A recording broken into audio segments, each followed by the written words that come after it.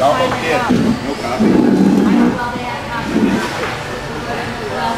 But you're drinking their healthy orange juice. Yeah. What are you drinking, Santa? Healthy orange juice. Because Santa cares. Very good. Healthy juice because Santa cares. I love her hat. It needs to be gradually and in order.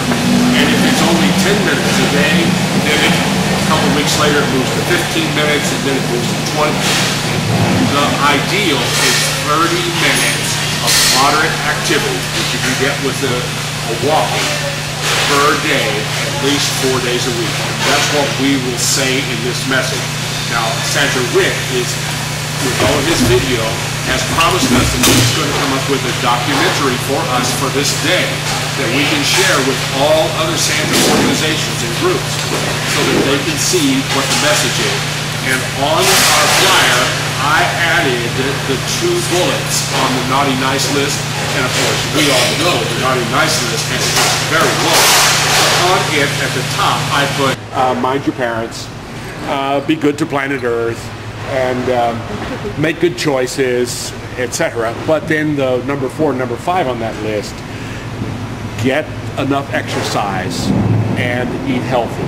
Now, but we need to shift focus because today, of course, we're focusing on the children, but we also need to focus on ourselves. And I'd like for you to welcome my very dear friend, Mary Johnson.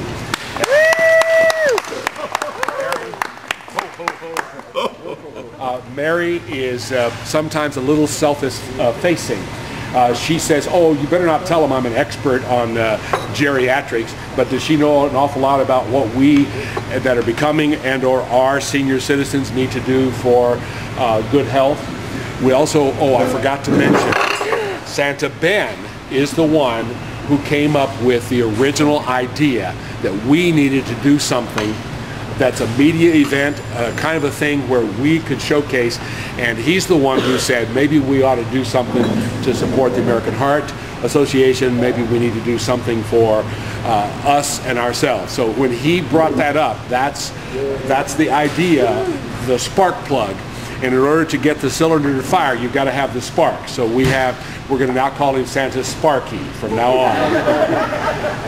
Now, Mary Johnson is an administrator at this point of her life. She's been an RN for a long time, and her specialty was in the geriatric set, of which I now strongly resemble. And she is gone back to school and gotten her MBA, and is a manager for Gentiva, which is I'll let her tell you about their company, but they supply health services into the home for people as they age and as they need additional help and support. I challenged her to put together a presentation today that would help us focus on what we need to do at this point in our lives, not looking back on where, well, when I was 20 I should have, would have, but talking about right now. And Santa Walter happens to be 61 years old. A couple of you have me by a couple of years. Some of you are younger than I am. No matter how we slice it, though, we're all to the point where what Mary has to say to us has some interest and focus. You can still keep eating. Please notice that we're in a healthy restaurant, so put some cream in your coffee and don't feel guilty, all right? So Mary put up her slide, living longer, feeling better. Oh, I got it. Picture show. So if you rearrange yourself as you wish. Walter said I've been a nurse for over 30 years, and I've worked in many different settings, but right now I run a local home care company. It's part of a national company. It's the largest home health company in the United States, Gentiva Home Health Services, and we have a nice branch in San Jose where we provide nursing, physical therapy, occupational therapy, speech therapy, social service to people in their homes, recovering from surgery or dealing with chronic illness. So it's a great job to have. I love it, but I have done geriatrics, I've done cancer nursing, I've done intensive care nursing, so I've kind of done a little bit everything. So I was grateful to Walter to give me this challenge, and I'm hoping, I was going to call it real beard, fake belly, but you know, I just couldn't work that into the slides. So anyway, choices for a healthier life.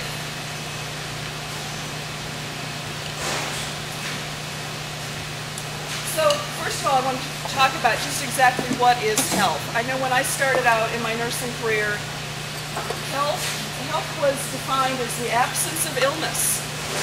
That if you weren't sick, you had health.